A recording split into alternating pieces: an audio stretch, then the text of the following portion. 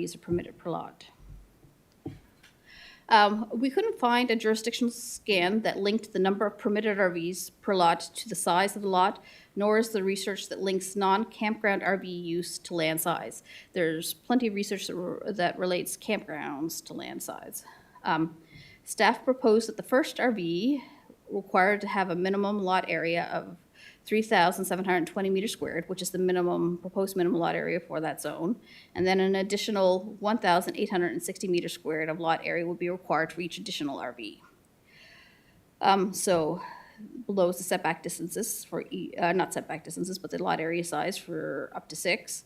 And a minimum of 7,440 meters squared will be required for 3 permanent RVs. And I noticed this error in report. I had put in the 11,000 one there, so just ignore that within the actual text of the report, please. Development permit requirements. So this is the next motion.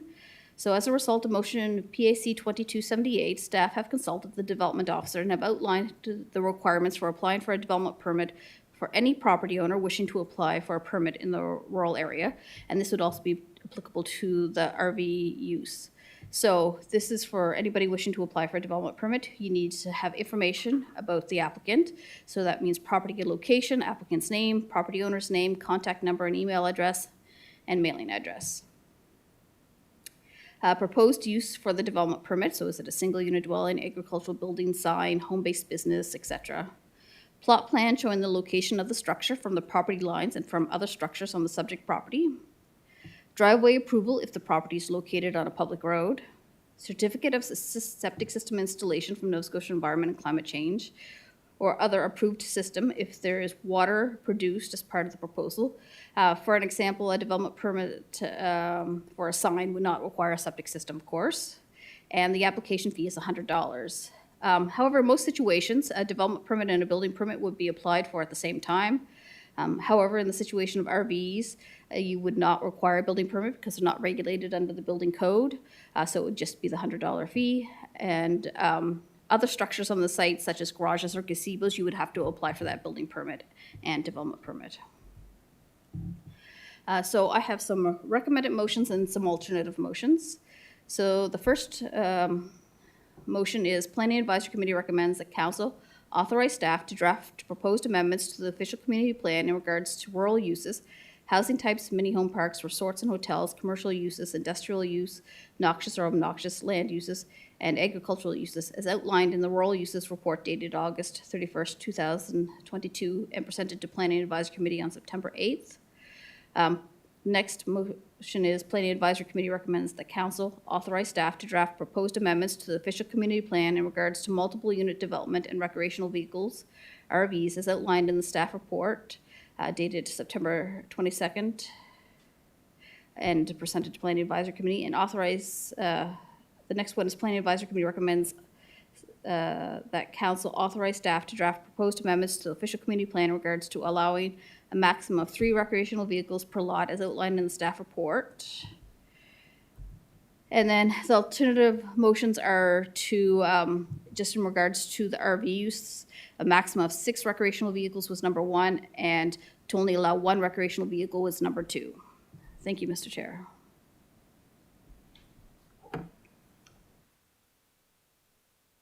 Warden Rolston. Thank you, Mr. Chairman. I'm not sure where to start, so we will address, I guess, the first issue. Now, in the rural use north zone, there will be the 12 units allowed as of right. This is what's going to take the time, Debbie. I've got to shut her off and turn you back on. Sorry.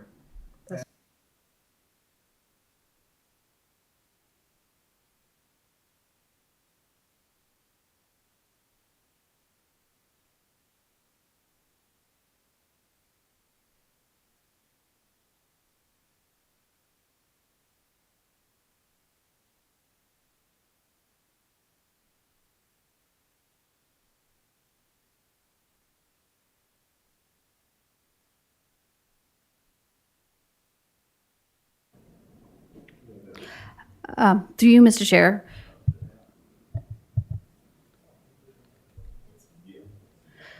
So within the rural use north zone, the staff report indicates that 12 multiple unit dwelling units would be permitted as of right, and then anything up to 24 would be permitted by development agreement. So my question is around those requirements that you list for the up to 24, the hydrogeological study, the set, all, that would only apply for the, it would not apply for the 12 as of right?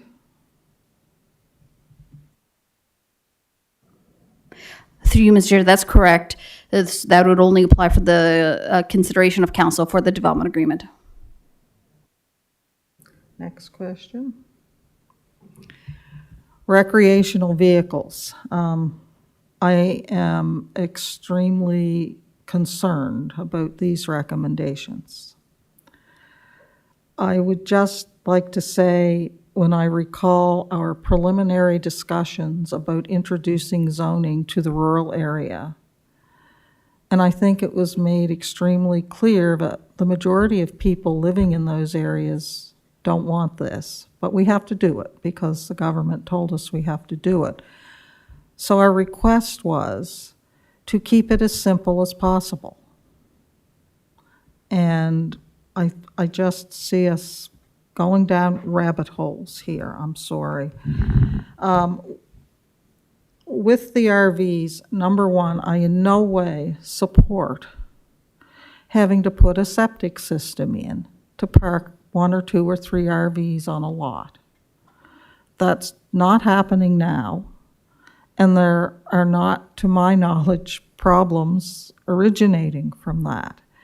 And if you're going to start and require someone to put a septic system in to set a trailer up for the summer, when they can easily manage their sewage, or they can have a chemical toilet or a composting toilet, and there are ways to manage those uses, which many, many people do currently.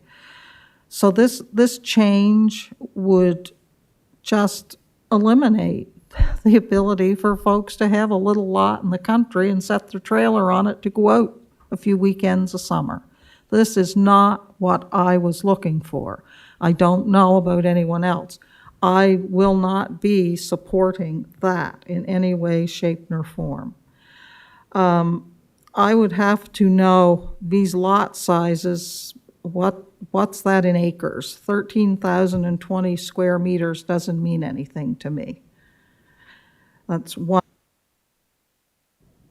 Through you, Mr. Chair, I can run through that first. The first one, minimum lot size for one RV, it's 1 acre, which is the minimum lot size basically in the zone. And then it's for each additional RV, it's another ½ acre.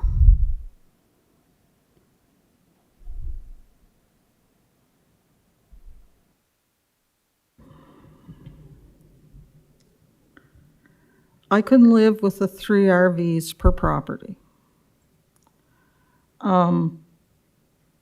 But pretty much the rest of it is just exactly opposite of what I was looking to do with this. I'll see what other folks have to say for now, but this part of it is not what I am prepared to support at this time. Thank you. Councilor Rhino. Thank you, Mr. Chair. Through you to staff, right now in District 5, I know of at least 2 families that have RVs. They get together on the Keith, weekend. can you speak into your mic, please? We can't hear you. Yeah, just a little. Anyway, all right. We got to do something about these mics too. But anyway, I have 2 areas that families get together, and they 3 to 4 or 5 camper or RVs there, and what they use. You know, my definition of a campground is a campground to me is somewhere where you go and you pay to use that lot. These are families. They're not paying a thing. They're just coming in and they're getting together as a family. Sometimes it's used every weekend, sometimes it's not.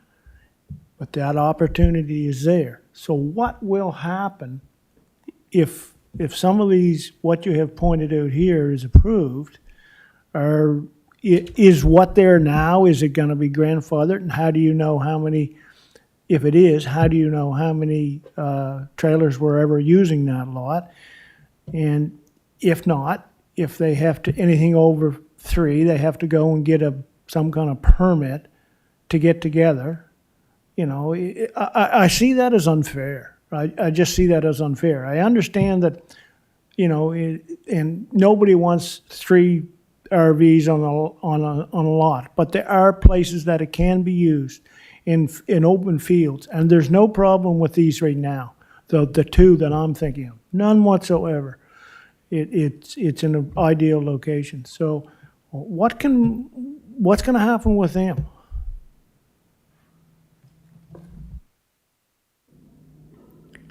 Through you, Mr. Chair, if there's an existing use already there, we wouldn't take away that existing use.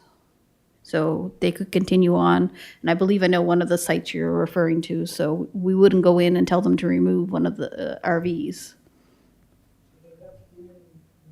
No, I said we wouldn't. Oh, I hate this Mike business, but anyway. So, okay, so this one family in particular, 2 take their trailer out in the fall, and 2 leave them there. So how do we know if this goes through, 2 bring them back, how do you know, is that gonna be permissible? Through you, Mr. Chair, I guess the other 2, they're just there occasionally, they're not there permanently, like they don't keep their RVs there 12 months out of the year. 2 take them out and 2 leave them there. Through you, Mr. Chair, sorry. Under the current regulations, we're not proposing to have regulations in there regarding occasional use. So if you'd like, we could add something like Cumberland has in their bylaw saying that you could have an occasional use come in for 4 consecutive months. But they still have to be permitted? And through you, the ones that are there 12 months out of the year or longer than those 4 months would be considered permanent. So I guess another question too is, are we gonna hire somebody else to go around and police these?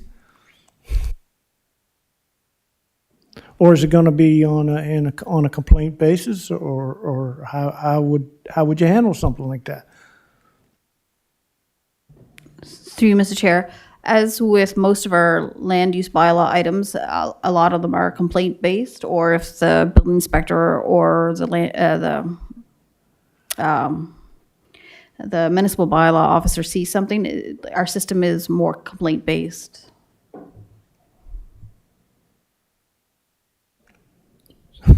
Your finger's gonna be wore out tonight, I think. It is. This is ridiculous. Anyway, I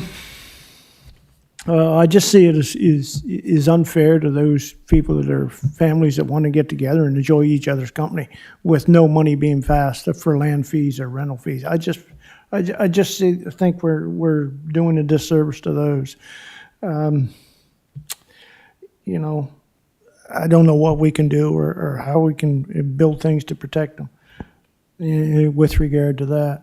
But I'll have something else here in a second, but for now, I just want to leave it at that. Listen to the rest. Councilor Perry. Thank you, Mr. Chair. Through you to staff.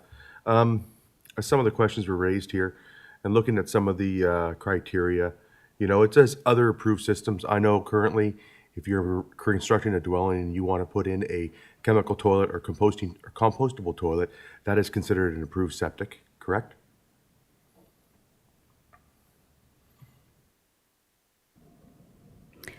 Through Mr. Chair, yes. So if somebody wants to put in a privy or an outhouse, they could do that as long as something approved by Nova Scotia Environment and Climate Change. And I believe that they have regulations for installation of those types of systems. So And yeah, because, to get to the warden's point about septic systems, if you're building a garage right now and there's a dwelling in it and it's not a permanent dwelling, you can put a compostable toilet or a chemical toilet in and it will pass and it meets the requirements. So I don't see the difference for that for this. The other thing going on in my thoughts are, and I do feel for the families that get together, but I also think the other residents should be protected from other people coming in and having it being a weekend hoo-ha every weekend where their buddies come in and set up. Like, the regulations we're setting here today are not for the ones and twosies. It's for the entire group of people, right? Yes, you will have people who will set up and do things absolutely on point and disrupt nobody. But if you don't have any rules and regulations preventing it from happening everywhere, you're going to have people setting up every weekend with their buddies, and you're going to have late night drinking, you're going to have karaoke, you're going to have who knows what's going on, because it already happens in the already zoned area where it's not allowed to happen, right? And I think it would be false to think that this is not going to happen, in the future plan zone. So I think the best we can do is try to protect our residents as we move forward, right? It will be uncomfortable for some. There's no perfect solution, but we have to find the way to make what's best for the entire area. That's all I have to say. Warden Rolston. I listen with interest to the discussion. The folks that are there now would be grandfathered. As Councillor Rhino has said, it's going to be extremely challenging to figure all that out.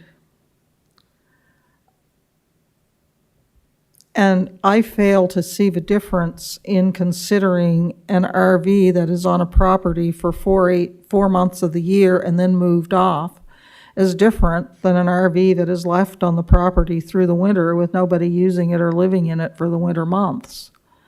I just fail to see the difference.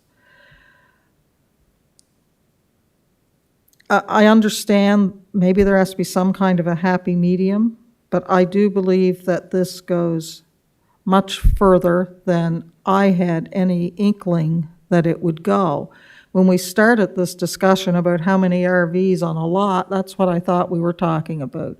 I thought we were talking about limiting the number of recreational vehicles on a lot so that it wouldn't become an unofficial campground and fail to fall under any regulations that campgrounds had to follow. I wasn't anticipating that it would impact the person who has an acre on the shore, sets an RV up there, son and daughter sets an RV up there, and that's their summer cottage. I wasn't anticipating it would impact that. I wasn't anticipating it would impact folks like those that I know of in Councillor Rhino's district, where they have a small field and they have their little compound. And I can tell you it's as clean and cleaner than any campground I've ever seen, and they're very careful. And it's somewhat self-regulating because nobody wants to go camping somewhere and not take care of their sewage and their waste, because it wouldn't be a very pleasant place to camp if you didn't. And I would think there would be environmental issues. I don't know what the answer is. I'm not in favor of charging $100 for somebody to set up a camper trailer on a lot. I'm not in favor of having them have to put in a septic field. And I'm not happy with the wording that says other approved system. I don't know what that means. Many camper trailers are equipped with holding tanks. There are many types of tanks on the market many years ago when we camped, we had one that you empty your holding tank into that and you take it to the campground and you empty it. It wasn't that big a job. I don't know if that's an approved system or not. And whether or not the water is produced on site or whether it's brought in jugs, it's water. Most RVs have holding tanks for potable water as well. I just feel we're going overboard, and it's I'm just having a hard time thinking that we need to regulate this as tightly as this appears to do. And I just have a question. We only checked a few other municipalities. Are there any municipalities other than Colchester that currently have areas within them that are not currently zoned?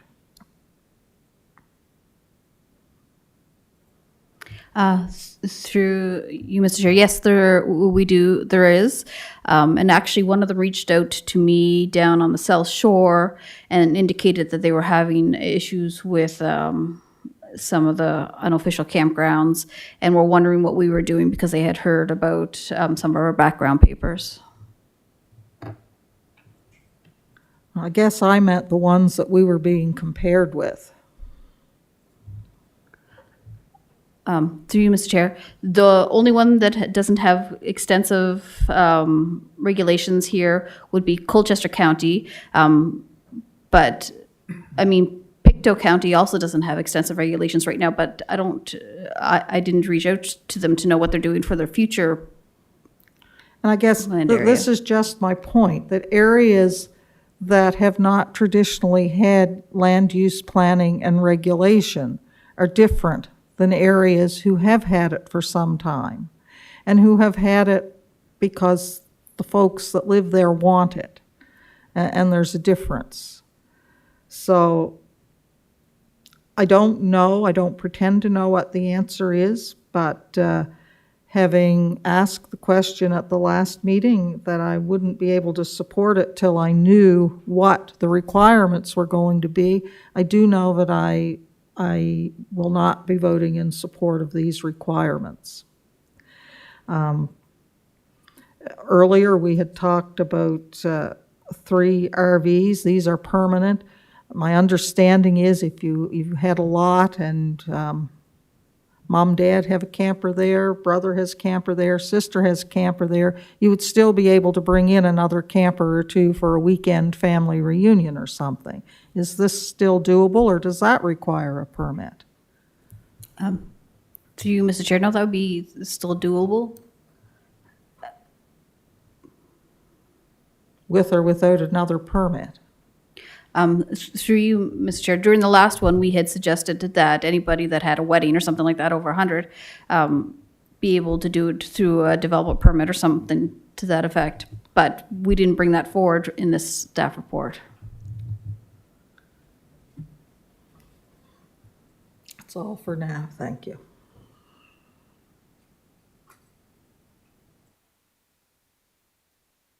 Councillor McPhee.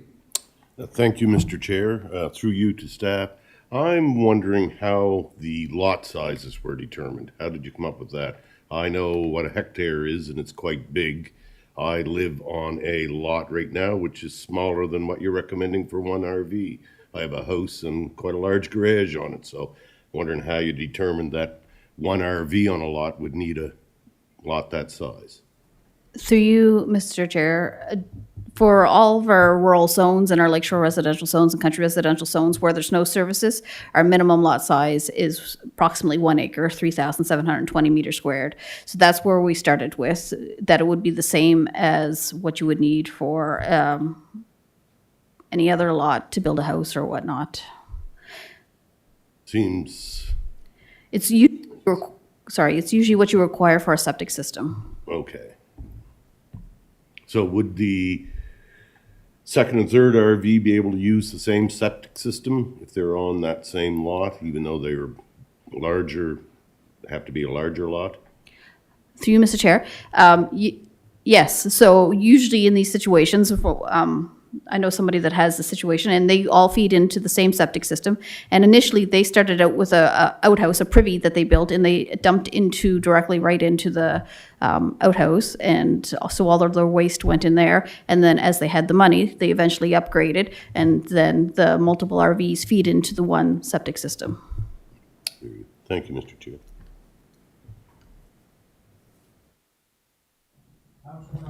Yeah, thank you again, Mr. Chair.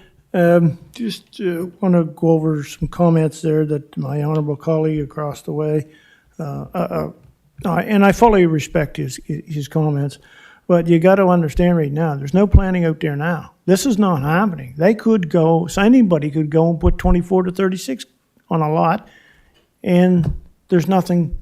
So now we're so it's not happening. It's not to say it couldn't happen, but it's not happening. We've only got 3 or 4, 5, 6 campers that's going on. So, I think we're going from wide open to way overboard and going and very limiting this. And I also want to bring up, this is something in Councillor Green's district, that ball tournaments. Many ball tournaments at the Hants North Recreation Association that takes place over the summer. Now, it's kind of funny, but they have a big field outside the fence there. And what do you see there? It's campers on the weekend. They bring their campers in. They might only live two kilometers down the road, but they bring their campers in. And they stay there for the weekend because they're on the ball field with the kids.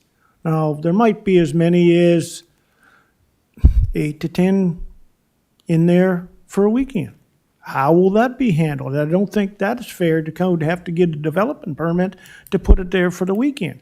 They don't pay any fees. There's no rent. It's just families and family members ball field family getting together and having a good time. It just seems like with these rules, that could shut that down or make it so inconvenient to run up here to get a permit for this. I think we could be putting we're going way too overboard with this. And I agree with the warden that, we're taking this to the other end of the spectrum on this. I don't know, I have the answers neither. But I just wanted to make those points. Thank you. Through you, Mr. Chair, planning staff aren't proposing to regulate that type of activity. We understand it happens, and there's nothing within our proposed regulations that would regulate that activity. We're talking about permanent RVs, and it's the same as the fall fairs and stuff like that in West Hants. I don't imagine that they get permits for having all the RVs there to allow for the 4-H kids to be with their animals. But correct me if I'm wrong, didn't I hear somebody ask the question that if a family wanted to get together for the reunion and they'd have to come in here for a permit? Wasn't that the answer I heard? Through you, Mr. Chair, no, I said previously we had suggested, one of the suggestions was that if you had like a large wedding or something like that, that you could come in for a permit, but we didn't carry those regulations forward. We're not proposing that as part of this document. So if we had a large wedding, we had to come in here before to get a permit or not? I'm a little confused. Through you, Mr. Chair, it was just a suggestion in a previous report, but it's not part of this report. So if somebody was to have a large wedding, that would be all right. Same as gathering at a ball tournament or whatever like that. I don't really see the difference between that and campers, a family camper getting together that may take their RV out in September or leave it there the year round because they're not living there year round. They're only there is using it occasionally. So I see that as a little different.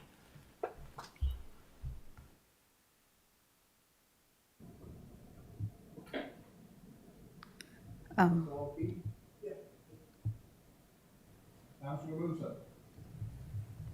Thank you, Mr. Chair. So if someone have a lot less than 3,720 meters, and it's nothing on it now, so he cannot do anything with it. If it's all treed now, like small lots, he inherited long time ago and still there. Through you, Mr. Chair, yes, you need 1 acre for 1 RV. I cannot support that. I think this is very, very restrictive. I think we should have something between, if you have less than 3,720 meter, like you could be allowed start with 1 or 2. Then if you wanna limit the 3 and 4 and 5 and 6, unless there is special occasion, I can agree with that. But if I have half an acre, I can tuck in an RV for a weekend and nobody can see it. There's lot of places in rural area now that have a long driveway and they have 100 acres before that lot. Like, no, they're not gonna disturb anybody, and they probably want to be off grid or something like. Off grid is getting very, very popular here, and probably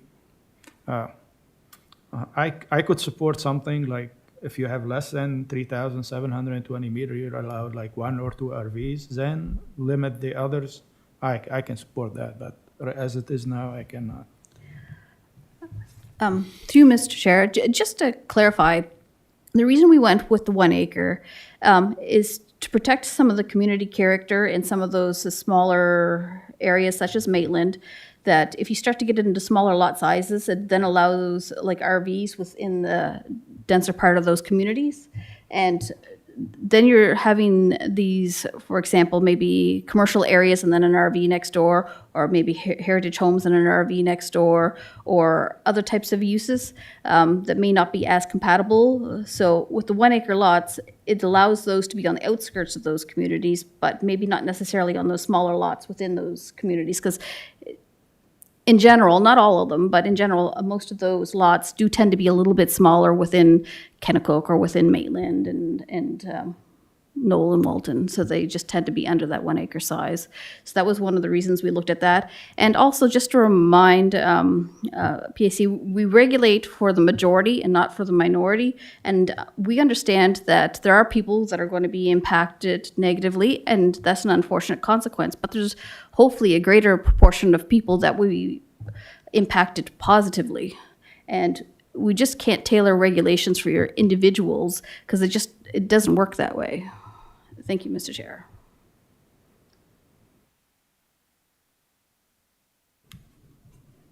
Thank you. Councilor Dragon Cole. Thank you, Mr. Chair. So I understand what your intention was with the 1 acre. My question to that is, what about for people who, I know a lot of people who it's their own personal RV, but in the summer months, they're setting it up, and whether the kids are sleeping out in it or they're setting it up on their own property and using it, whether it's them in it or relatives coming over or whatever, is this, and it wouldn't necessarily be a 1 acre lot, would this restrict that kind of use? Oh. Because how would you know if it was them just airing out their camper or setting it up for their own use or someone else using it on their property? Through you, Mr. Chair, typically, as we have in the past in other areas, the development officer would investigate. So, for example, if somebody has their RV up for rental on Airbnb throughout the year, then they look at that as probably a permanent use, where somebody is moving it in and out. It's a family RV. They go camping on the weekends and they bring it back and then they store it in the winter. That wouldn't be considered a permanent RV. So again, it comes down to an investigation by the development officer, the same as we do in our other zones right now. So if we have somebody coming in and they have it set up as a Airbnb, cottage country or something like that, then it's not allowed there, so we know that it's a permanent use. Whereas somebody that maybe that's building a house, or they just have it sitting on their lot and they go camping, then that's a different use. That's good. Warden Rolston. Thank you. I think perhaps part of the problem is our different understandings of what permanent means. Many people who own RVs and who have a small plot of land, possibly under an acre in the country, and that's where they set the RV or the 1 or 2 RV, and they go to it in the weekends in the summer. If you live somewhere that you don't have, perhaps in a serviced area without a large lot or anything, you possibly don't have room to store that RV on your property in the wintertime. So a lot of folks would simply leave the RV set up on the lot and winterize it and leave it there for the winter. I struggle with making a difference because people haul the RV out versus leaving it sit there for the winter.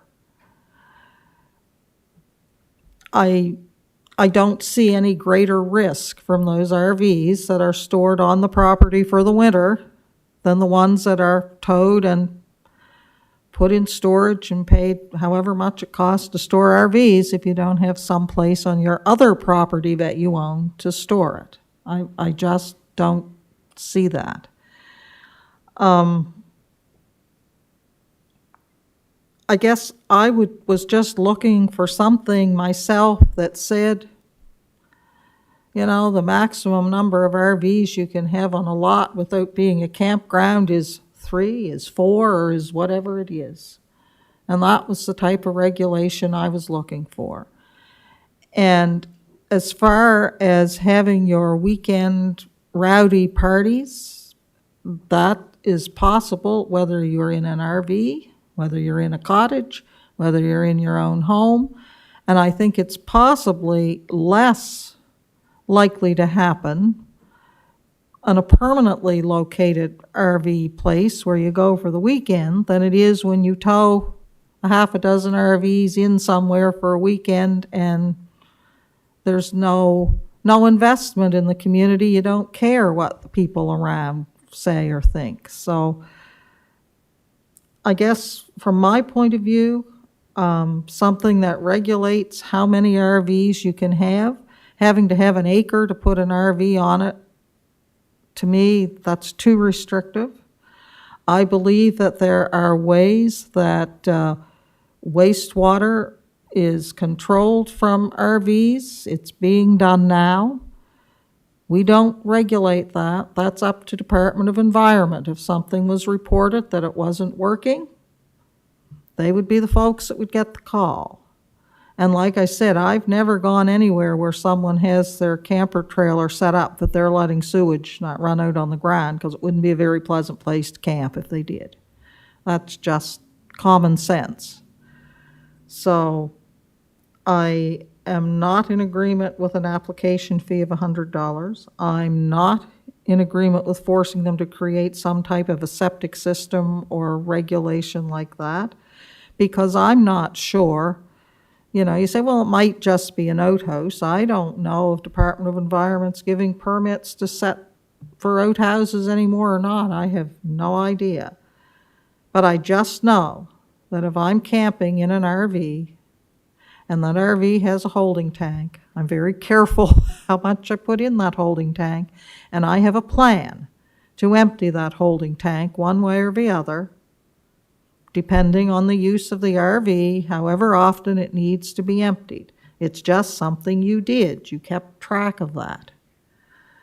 So I don't know what the answer is, but I think it's something like a maximum number of RVs on a lot that are there on what I think we need to define permanent. A maximum number that are there year-round as opposed to permanent, because folks really aren't living in these RVs out in the middle of nowhere in January, February, March. I think that's where we're getting tangled up, the use of the word permanent, because I just think if we can clear that up, that might help, that you would have a maximum number of RVs on a lot year-round, and that other RVs are not proposed to be regulated, so that would eliminate the problem of someone who's having a family reunion. I think of a lot that I know of near where my cottage is, where there are hookups for 3 RVs that a family uses. They don't use them near every weekend. But if they have a family reunion, they have their power there to hook 3 up, and lots of ways to set maybe 3 or 4 more on that lot for the weekend and have their family reunion, their wedding, or whatever. And then the one that stays there most of the time is there, and the rest of them leave. So I think we can do this in a way that provides some protection without requiring folks that want to set up a travel trailer on a lot by the beach to go through the same type of regulation they would have to go through to build a house. Thank you. Thank you, Mr. Chair. So the minimum lot size issue, I mean, if you wanted to, you could, and we do this for certain land uses where we say there's the minimum lot size, but there are also uses permitted on existing undersized lots. So we could do that here. But it sounds like you want even less regulation than that. And we could do that. You have our recommendation after we looked at surrounding municipalities and what we think is best practice. But if, for example, you just want to allow 3 RVs per lot in the RU2 zone, no development permit required, and end it there, then just, if you make that a motion, then that's what we'll put in the draft documents. That's not what we're recommending, but that could be done, and that would be the regulation. So you would just restrict to, if you pick 3, and we would, that's all we would look for in the future. And that wouldn't restrict extra ones for coming in for a family reunion or something? Again, if we say those ones that are there, sort of 3 categories, right? There's permanent, seasonal, and occasional, I would say. So we would limit the 3 to the permanent and seasonal, and then the occasional come in for a weekend or, a ball tournament or that sort of thing. That wouldn't be restricted. It would just be the seasonal and the permanent. Much more what I was thinking we were going to be doing. And we're not going to tell them they need to have a development permit and they need to be so many feet and they need to, thank you. Mr. Chair, I mean, there is a benefit to a development permit. I know it's $100, but it's a one-time thing. And it also lets us keep track of the legal ones that are out there that were there, without, but, you don't have to require a development permit.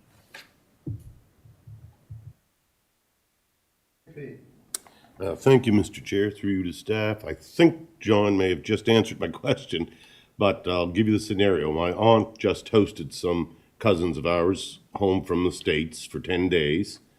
Few large motor homes, trailers, towed trailers and that on her property. So would she need a permit for that under these new regulations? Sorry, what's the scenario? She has it at her home? Yes, it was at her home, and the lot is, she probably has 2-3 acre lot. They were just parked in her driveway. Through you, Mr. Chair, that's fine. Anyone can own a camper or an RV and keep it at their home. Well, yes, except these are people that came to visit, so. Yeah, it's a bit of a gray area, I would say. And I mean, we don't really, we know it happens all over the place. Sure. We don't really do anything about it. Now, again, as Debbie said, if it became a rental and, people started to advertise it, and we have found that occasionally, then we would sort of go after that. But somebody that has kids staying in their camper or occasional relative visiting, we're not chasing those down. Okay, thank you.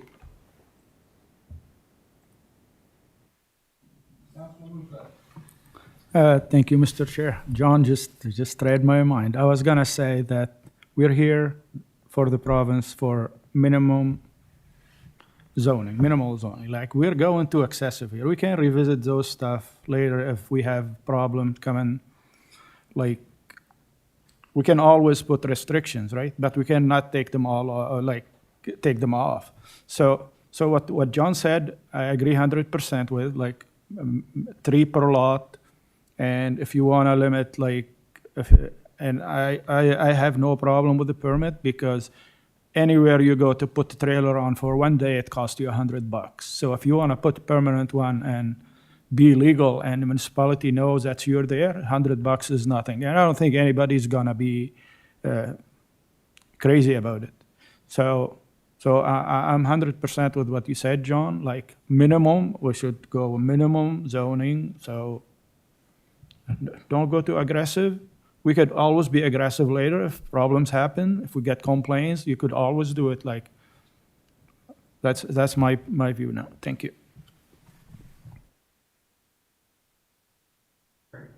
Thank you, Mr. Chair. Yes, so I will move an amendment to the presented criteria as outlined by the director to be the criteria for placing a RV on a piece of property in the R2 zone. So everybody here has an issue with the criteria that was there. And everybody was saying, I don't like it, I don't like it, I don't like it, right? But nobody was saying what it should be, right? You cannot like something, but we should be saying, okay, if this doesn't make any sense, then let's get rid of that criteria, right? If you scroll up one more to the development permit requirements, right? Like, this criteria, loud and clear, majority of people we don't like, right? But this is what the meat of the bones is of the motion. So let's get this right as per what the director just said, just saying, you're allowed to have 3 on this size. Undersized lots are allowed to, like any other building permit or anything else, fall under those rules. I forget what your wording was there, John. Yeah. Existing. I'm not sure I actually had it worded out, but I was just suggesting that if you wanted to allow 3 per lot, even on undersized lots, you could do that and you don't have to require a development permit. If you still want the development permit requirement, then you could leave that in and still just require 3 per lot. Now, through you, Mr. Chair, if you're going to allow 3 per lot, are you still going to allow 3 per lot on undersized lots? That would be good for us to know as well. Or just 1 per lot if it's an undersized lot. And so that's the discussion I think we need to have right now to move this forward, because we're just going in circles. This is the 3rd time we've talked about RVs in this zone, and all I've been hearing is, I don't like it, I don't like it, I don't like it, but we're not moving any further forward. And we talk about holding tanks and other things on vehicles, and that's what people use. Well, we have speed limits, and we all know people don't use those, right? We have zones where you're not supposed to pass, and people pass in, right? Let's come up with the idea. I believe there's been good points put out here. Let's get it in, let's get it categorized, and let's get it through, because it makes no sense to keep coming back to something over and over again with no more direction. Thank you, Mr. Chair. Councilman Rhino. Well, the 2 I mentioned there with the families that get together have oodles of land on each. Now, I'm going to try to backtrack a bit, because I had a lot of complaints a few years ago about a property that had RVs on it that was very, very small, right? And it was in the middle of the village. So I'm thinking there has to be something tied to lot size. I really do believe that, because the first 2 I mentioned, they have oodles of land. The last one, I can't say, it was just, I can't say anything more, but they had RVs on it, and it was a very, very small lot in the middle of the village, and, you know, it was there, and they were using it as a year-round. I don't know, I'm thinking out loud, could we tie permanent or something to being inhabited for 6 months of the year is considered permanent, or could we have a discussion around that? I don't know how everybody feels, but, you know, I'm just thinking out loud here, but I think I really do believe that we should have something tied to lot size, because myself, I'm thinking of my own property there. It's a very small property, which I have. I wouldn't want 3 RVs on, or 3 or 4 RVs on that. So while I see where the opportunity is, with that they can have that with lot size, you know, having many acres or whatever, I don't believe the smaller lot size, you know, we have to be very careful there too. So I'm very understandable on that. So anyway, I don't know how everybody else feels on tying something to a time frame of inhabitants would be permanent or what. I don't know. Just a thought. Warden Rolston. Thank you. I'm going to try a motion, folks. I move that the regulation of RVs in the rural area consist of allowing 3 RVs per lot of 1 acre or larger to be located either year-round or seasonally. That for undersized lots of under an acre, 1 RV be allowed seasonally or year-round.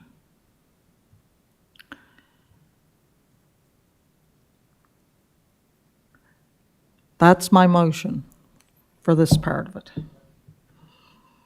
Moved and seconded. Just for clarification, and I assume your intent is also that a development permit would not be required? Okay. Size development.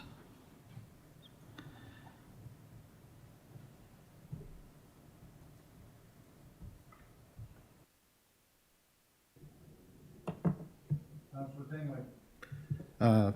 Through the chair, I just have a question. On that motion that was just made, if we did pass that, what would be the risks? Like I'm hearing the talk that we're trying to get something for the majority and not a minority in individual situations.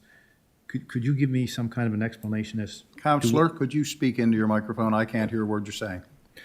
Could you give me an explanation of what the risk would be there to pass the motion as? Through you, Mr. Chair, so there's a few things, I guess, as I mentioned before, allowing an RV in a smaller lot size.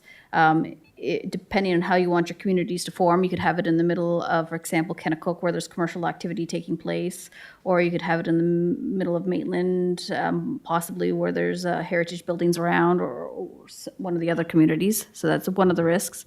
Another one is, I don't think we have very many municipally owned roads in the future planned area, but without getting the development permit, they could always put in a culvert and access to the property without us knowing, and to getting the proper requirement, and that's the same with Department of Public Works. One of the other risks is the smaller lot sizes tend to be clustered together a little bit. So if there's a smaller lot size and there's neighbors around that have smaller lot sizes, the RV may not fit into the community that's surrounding. So that's one of the other issues. And John? The septic, there's no guarantee. Oh, and to you, Mr. Chair, also, there's no guarantee of a system being approved for that RV if in the future they did want to put in a system, or however they dispose of their waste. So that's another consideration. On that basis, I think we need to have some rules around it and a development permit. And I'd be concerned, somebody going with 3 RVs and potentially dumping septic in one of those smaller lots in an area where it's built up or there's commercial business. I don't see how you could, if all the RVs were in an area that wasn't built up at all, if there was no risk of that and they had large lots, that would be fine, but we just don't know that. So I can't support that motion.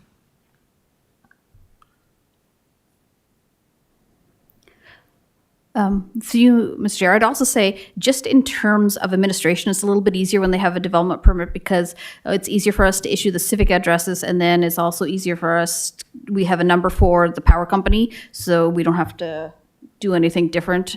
So they just simply supply that permit number to the power company.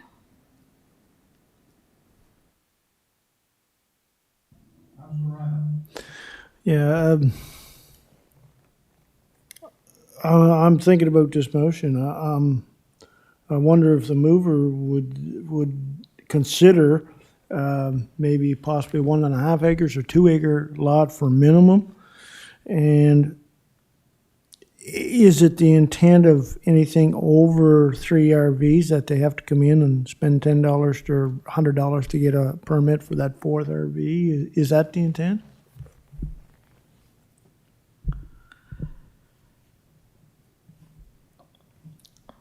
I felt that an acre was fine. I know many homes in the rural area that sit on 1 acre lots, and they're perfectly large enough to set 3 RVs on. Could I live with something more? It's better than what's in front of us now. It would not be my intent. This would just regulate the number of RVs that you could have on a lot that stayed there all the time or seasonally. There would be, as staff have already indicated, no regulation on the number of RVs that could come in on a weekend for a get-together or something, because this does not, what's in front of us now doesn't require anything for that. Those are not considered permanent or year-round or seasonal. There's no regulation for that. I think that we're going down a path here that the folks that are going to do nefarious things, for lack of a better word, they're not going to, they're going to do it regardless. They're not going to come and get your permit and tell you where they're putting their RV. They're going to haul it 2 miles back in the woods and set it up there, and there it'll be, and nobody will be the wiser. And, you know, as was stated earlier, in the rural area of this municipality, they are mostly larger lots than in the rest of the municipality. And this sort of usage of those lots is happening now with, I won't say no problems, but few problems. And I think to restrict the number of RVs to a lot would prevent a lot of the problems from happening. And I'm happy with the 1 acre lot size. If you want it to say 3 RVs to 1.5 acres, and any lot under that 1 RV, I could certainly compromise to that, if that would make it perhaps more palatable. I just want to get a bit of regulation in there because I think we should. We're starting down this path. And as Councillor Musa said, once we get some land use planning and zoning in place, and we see the effect of that, then if we need to do more, we can always do more. And yes, you run the risk of there being a problem that nobody likes cropping up, but you run that everywhere, no matter what your regulation are. Because even in the most developed parts of this municipality, we are constantly hearing from the public that we didn't get it right, that we're allowing developments that are not what folks anticipated when they built their homes. So there's no perfect answer. And I just feel that the motion on the floor provides some minimal instruction for RVs that aren't on campgrounds, and it doesn't really change anything from what's currently being done now, except to prevent there being a lot of RVs on a lot. And that was my thought of what the intent of this was, that if you wanted to have a campsite with 15 RVs on it, then you're better off to go to a campground and put your 15 RVs on there, each on a seasonal lot. So those are my comments. If the councillor wished to move an amendment to the motion, to move it to 1.5 acres, with anything under that being considered an undersized lot and only allowing one RV. And just remind you folks, we're talking standalone uses. We're not talking RVs in people's yards. This is where that's all there is on the lot, is an RV and maybe a storage shed for the lawn furniture or, you know, whatever. So those are my comments. Thank you. Okay, so through you to staff, supposing this motion or a motion passes, and then we're into this 2 to 3 years, and we find out it's not working, do we have to wait to a land use bylaw review in order to change that, or can we change that with the will of council and with the proper timing, of course? Through you, Mr. Chair.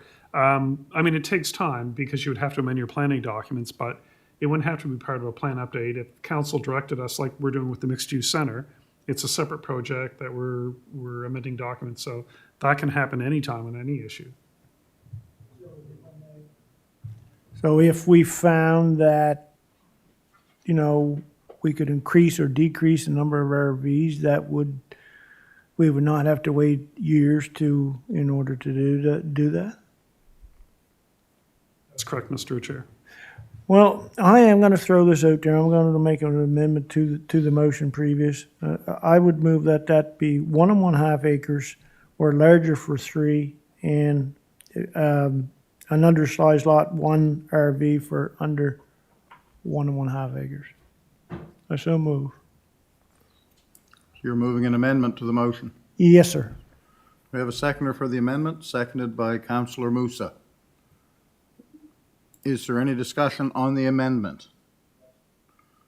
Question has been called on the amendment. Go to the vote.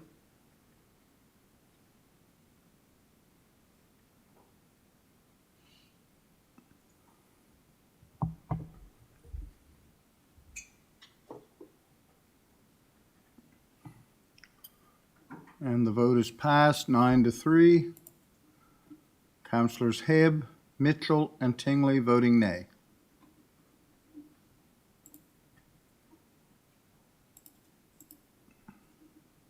Are we ready for the question on the main motion, on the amended motion? Warden has a question here. Go ahead, Warden. Just want to clarify and make sure that my understanding is correct, that this does not apply to someone who has a home or a cottage and sets an RV up in the yard. Through you, Mr. Chair. So the way that you have it worded, if they kept it there seasonally or permanently, it would impact them. But if they just came in and, like, are you talking about somebody like living in the cottage, or are you just saying that they own the RV and they're just storing it on site? There's a difference there as well. Okay. I'm talking about that I have a cottage on the shore. It's a 2-bedroom cottage. Should my son, at some point down the road, wish to set a seasonal RV up there next to my cottage, is that allowed? Based on what we've heard so far. Yeah. Yes, I believe that's what it is. Through you, Mr. Chair, what I would say, if you started renting it out for Airbnb I'm not purposes or something like that, that Yeah, become a different use. thank you. Yes.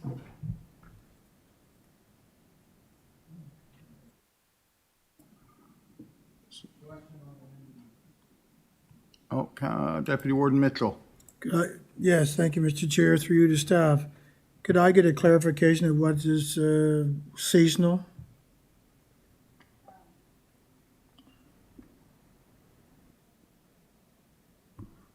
Through you, Mr. Chair, oh, sorry.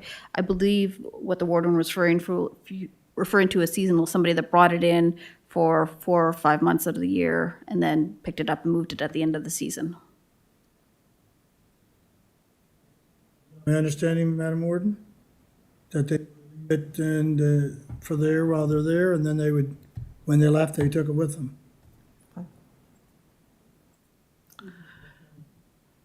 The motion is intended to say that for what I call year-round, which staff would call permanent, an RV that was left on that property year-round, even though it's only used a few months of the year, or a seasonal RV, which is basically the same thing. It's just that maybe it's towed in May and towed out in October, would be treated the same. So it wouldn't be there all year round. The seasonal wouldn't, but the year-round one would. Okay, thank you for the clarification. But I would see them being treated the same way and as part of the three, whether they were there for 6 months or whether they were there for the usable season and left there for the rest of a year to be stored.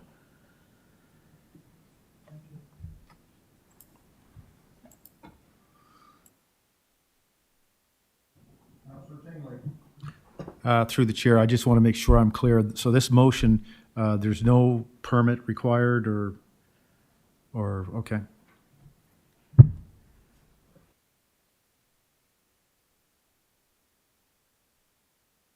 Councilor McPhee. Yeah, would it be possible now that we could hear what the amended motion is again, because I've kind of lost track of it?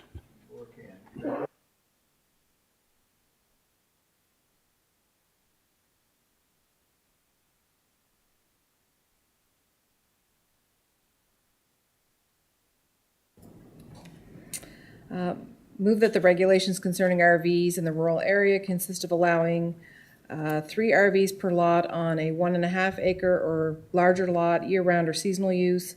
Undersized lots less than would be the 1.5 acres, allowing 1 RV seasonally or permanent use, no development permits required.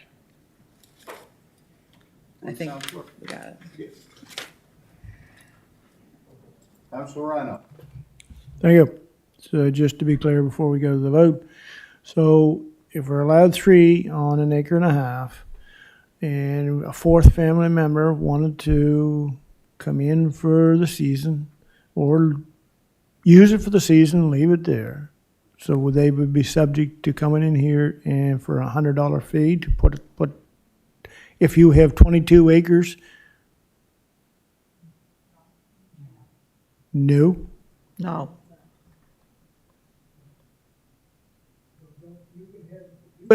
If you had 100 acres, you're still only allowed 3. So no other family member could come in there, even with coming in here and asking for a permit? No.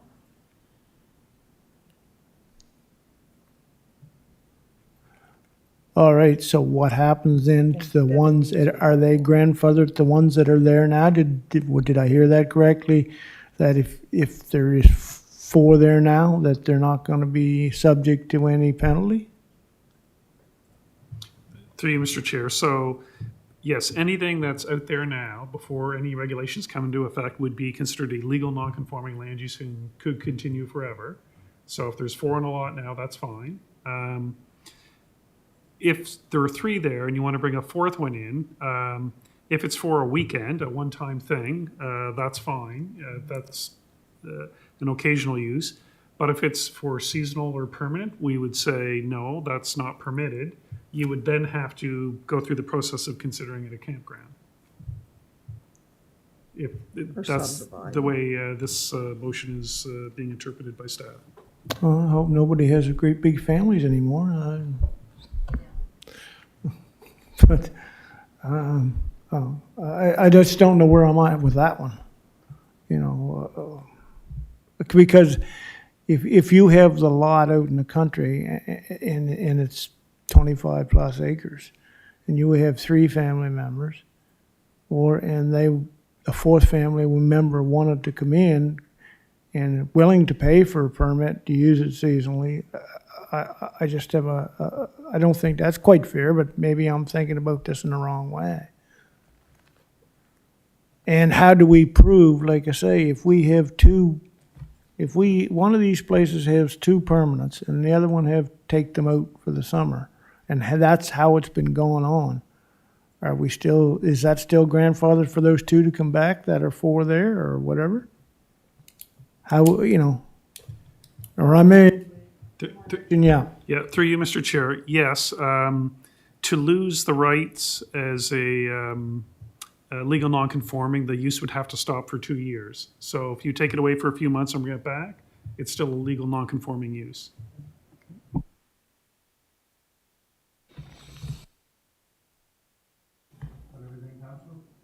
I think so. Thank you, Mr. Chair, through you. So in listening to this, I can see where 3 might seem like not quite enough. 6 seems like too many. I mean, if you think of parents and 3 offspring, that's only 4, which, as Councillor Rhino said, if they had 22 acres,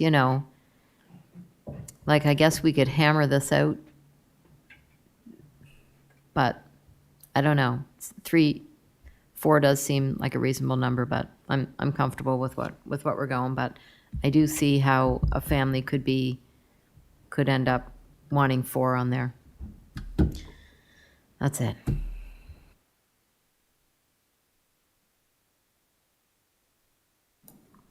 I'd be looking for the question. Question's been called. We'll go to the vote.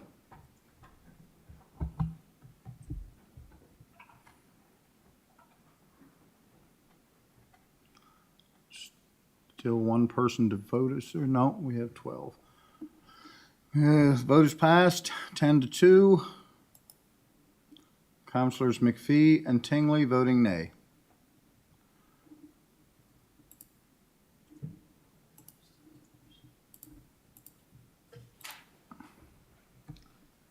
So that takes care of RVs. Debbie. Through you, Mr. Chair, I just noticed a mistake on the second motion down, where it says "and recreational vehicles." When you go to read that motion, just skip "and recreational vehicles" because it was just duplicated out of the next motion. It was just a misplaced word. I apologize. Thank you, Debbie.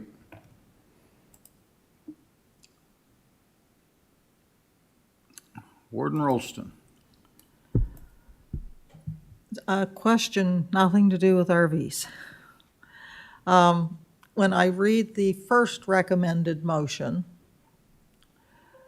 I just want to confirm that agricultural uses, that the decision was made that that would include what is currently considered agricultural land.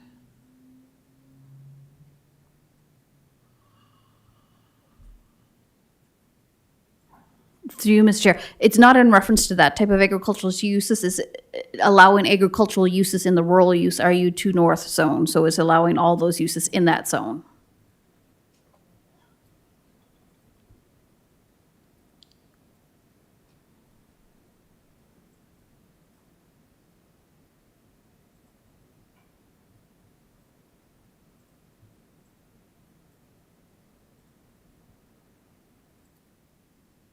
Is that all, Warden? I think so, for now. Anyone else?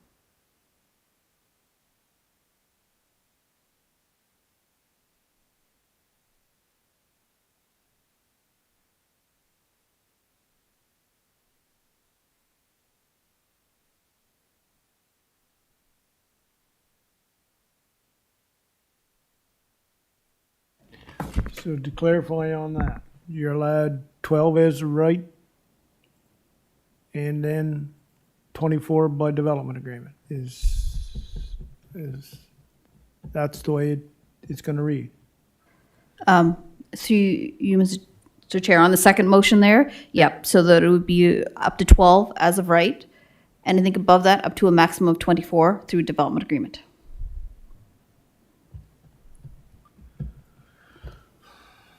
I authorize staff to draft a proposed amendments to the official community plan in regards to multiple unit development and recreational vehicles as outlined in this staff report. And present it to PAC. I so move. Yes, Counselor, they want you to omit recreational vehicles in there. That was Okay, a excuse me. misprint. So Multiple unit development as outlined in the staff report. you're moving that? Yeah. Mover is seconded by Deputy Warden Mitchell. Counselor Musa, you were on before the motion. I'll give you some leeway. Thank you, Mr. Chair. To you, Debbie. It said to if you need to go over 24, you could apply for rezoning, right? I read it somewhere.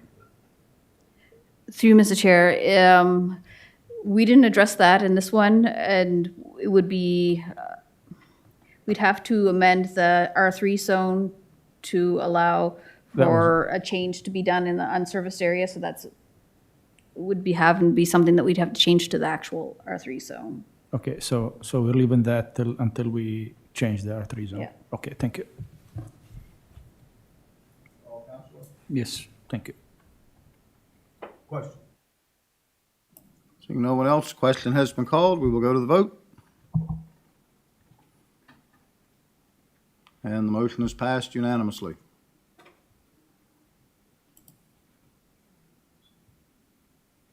Pardon? Is anyone prepared to move the first motion? Counselor Perry. Through you, Mr. Chair, I move that we authorize staff to draft proposed amendments to the official community plan in regard to rural uses, housing types, mini home parks, resorts, hotels, commercial uses, industrial use, noxious and obnoxious land uses, and agricultural uses, as outlined in the Rural Uses Report dated August 31st, 2022, and presented to Planning Advisory Committee on September 8th, 2022. I so move. Do we have a seconder? Seconded by Counselor Musa. Any discussion on the motion? Seeing none, I'd be looking for the question. Question's been called. We'll go to the vote.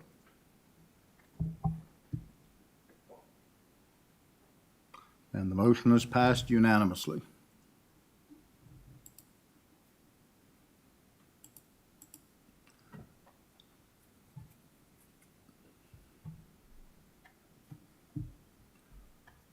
Okay, so that concludes Rural Use North, RU2. We'll move on now to the plan update, generalized future land use mapping and land use bylaw mapping. Debbie. Thank you, Mr. Chair. Two background reports on rural uses were previously presented to PEC for their review. And I went to the wrong report.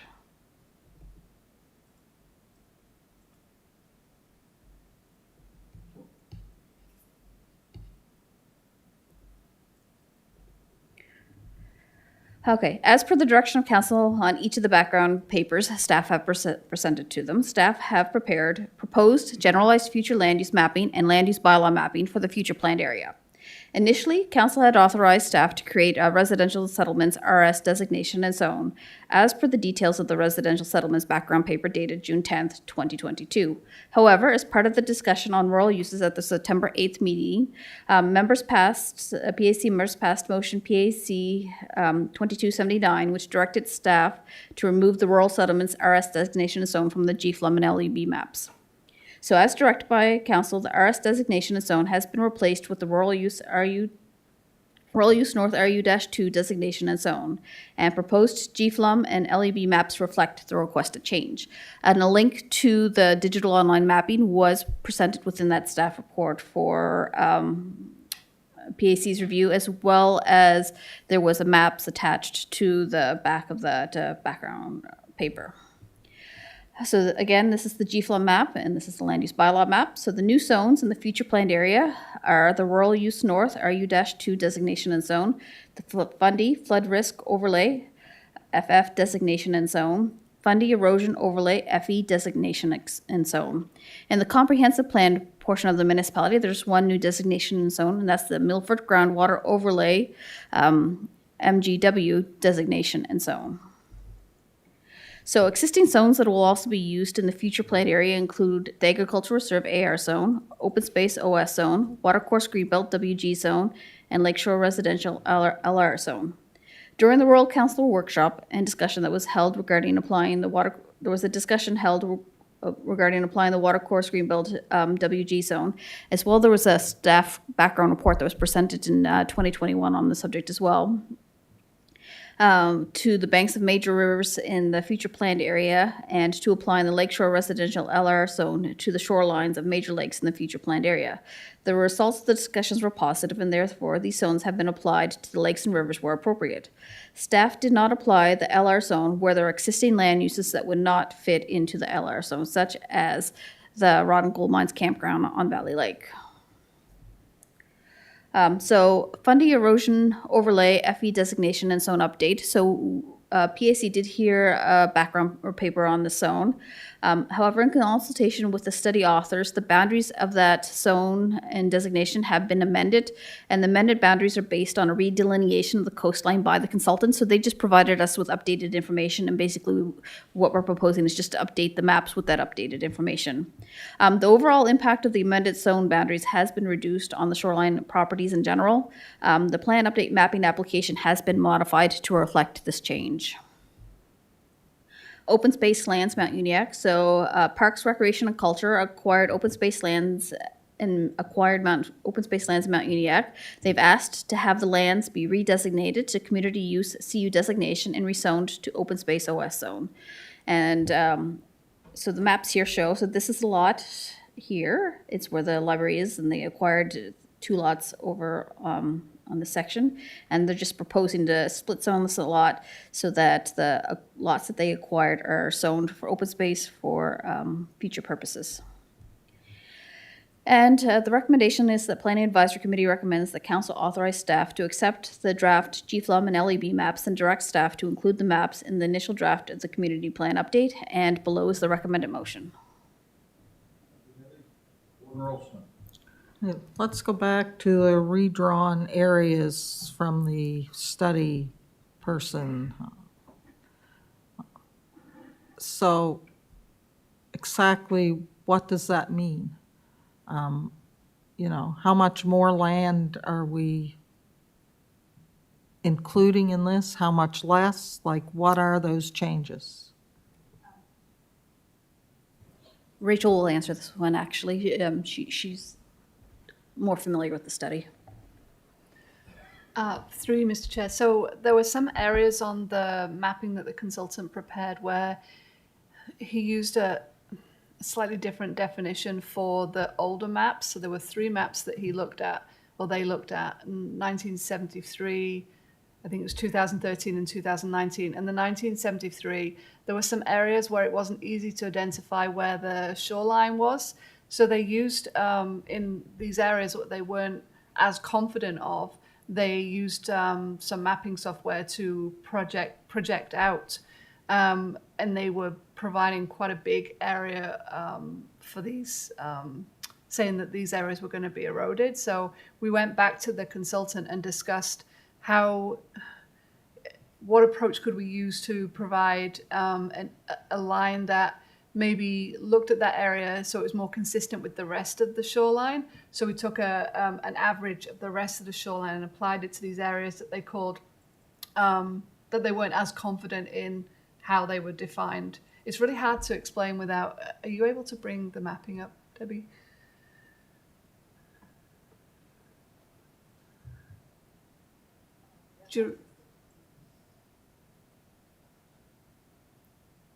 It's to do with the way they define these areas, and that they had these bubbles around them that looked quite extreme in terms of what they were calling for erosion. And it wasn't an accurate, really, depiction of what would happen. So we've asked that they apply an average for the whole of the shoreline into these areas where they weren't quite as confident with the results. And what it's meant is that the actual erosion area has been reduced from what you originally saw when the maps were presented a few months ago.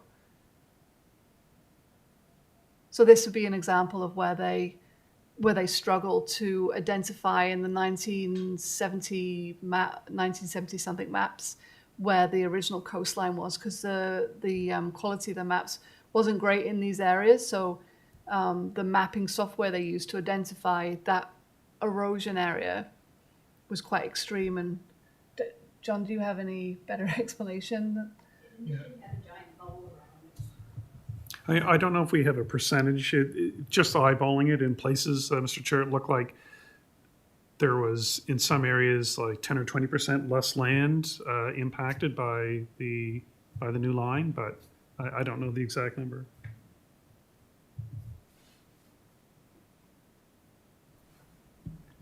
Warden Rolston?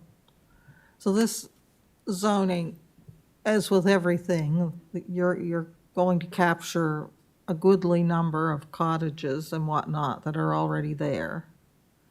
So this would restrict new development within that area. Yes. Just a question to make sure I understand correctly. Would it eliminate new development? Or would it allow new development in that zone under certain circumstances?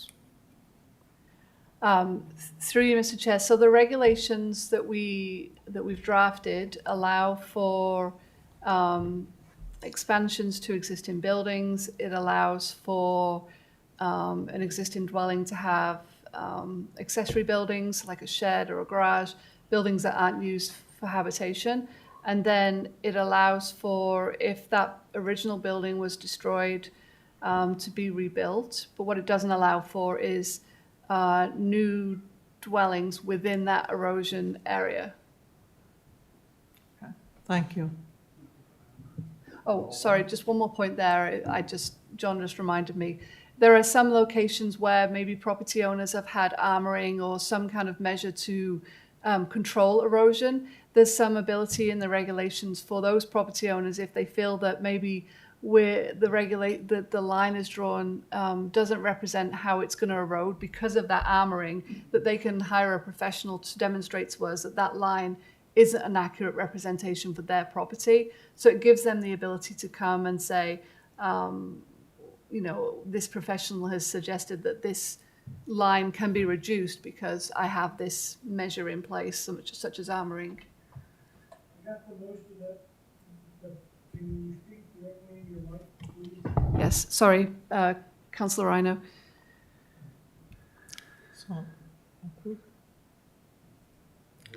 So in some cases, when the shoreline is armored to prevent erosion, there is an allowance, I believe, to reclaim a certain amount of land.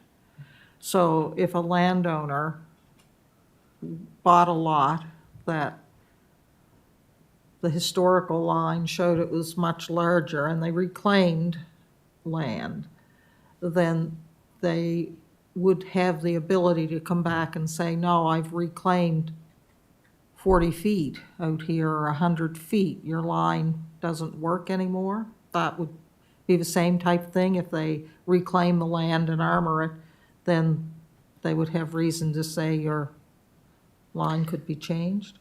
Through you, Mr. Chair, it would be they would hire a professional to prepare a document that showed to us that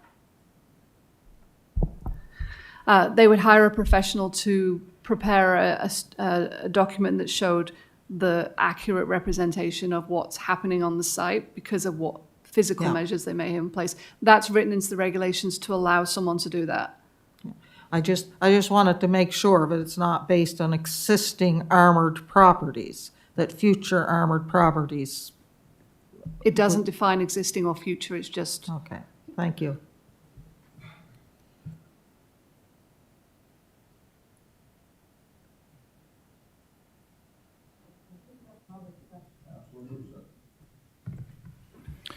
Thank you. Debbie, are we going to revisit the AR zone, or can I ask a question about the agricultural use?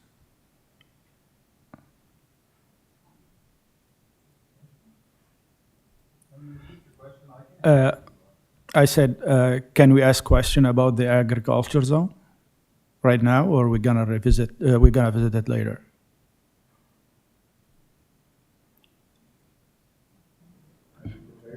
Through Mr. Chair, I can attempt to answer any questions that you have. Yes. Yes, I was looking at the map and where you could see the AR is going to be applied. And there's some places that probably it's not a class 3 soil, like close to Mount Uniacke. I noticed few properties that they use them as a hayfield, but I don't think they're agricultures, and I don't think we should put restriction on those ones, since you can use it in a RU2, like the RU2 zone. Is that possible? Through you, Mr. Chair, as per the Agricultural Reserve Report, we identified active agricultural land through the Agricultural Advisory Committee using multiple different techniques, and those were, I'd say, at least 95 to 98%, maybe even 100% of all of these lands are assessed as agricultural land. So the province has identified them as agricultural land, and they're being taxed as such. They are being used for farm fields, whether they're haying or whether there's animals out on them pasturing, and that they are actively being farmed, that they aren't fallow. Now, we may have made mistakes along the way. We anticipate that there may be changes along the way, and when we get out to our meetings, we hope that those people come out to the meetings, and then we can discuss those issues. But I'm confident in what our mapping is, that these lands that we have identified are currently being assessed by the province as agricultural and have been identified by the province as agricultural lands. So, So there's some property. Is it going to be advertised, like well advertised? We don't want to get into a problem where people come in and said, "Oh, we didn't know you're changing our zone to a AR zone," and they have to go through the process all over again. Because I don't want to note any property, but I look and there's some properties, they're only like making it look good. Like there's one on close to Mount Uniacke in Lakeland, and there's no way over there it's going to be like agricultural land, and it's on its own, it's zoned AR, and it could be probably a good development land, and if it wasn't advertised, we're going to have people paying money to rezone it and take time. So I think we should be getting, like,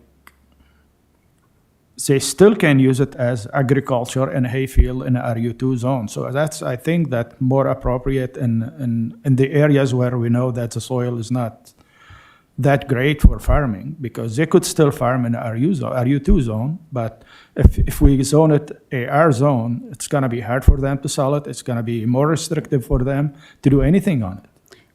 Through you, Mr. Chair, that's the intention of the AR zone. It is a more restrictive zone because our provincial statements of interest want us to protect agricultural lands for future generations, and that's what your existing documents indicate, is that you've identified agricultural land for future generations and not as a land bank for development in the future. That this land is meant for agricultural production, and that the land isn't classed on soils, and that was one of the directions that was given by council, is that the land isn't classed on soil classifications, that it was classed on active agricultural land. So it's not intended as a land bank for future development. So to me, I think it's if we know a zone, a land that have class 3 soil, and it is not used for agriculture, I think it's much better to zone it as agriculture and preserve the class 3 before we classify AR zone for clay land that some people using it for hay just to make a few bucks. So put a lot of restriction on those people. I don't agree with that.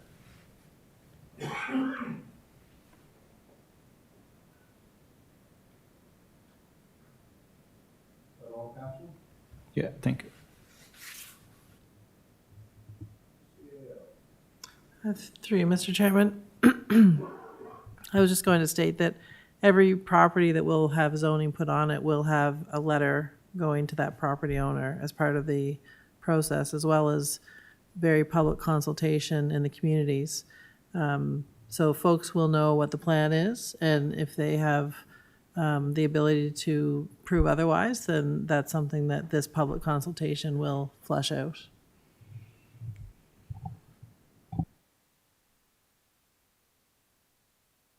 Small.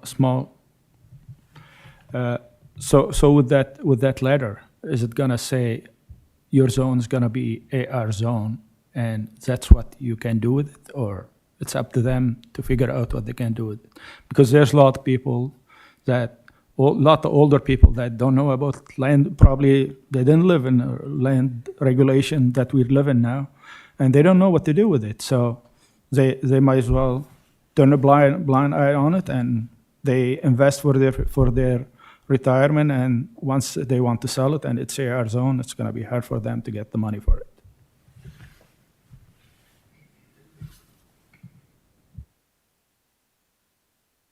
Warden Rolston.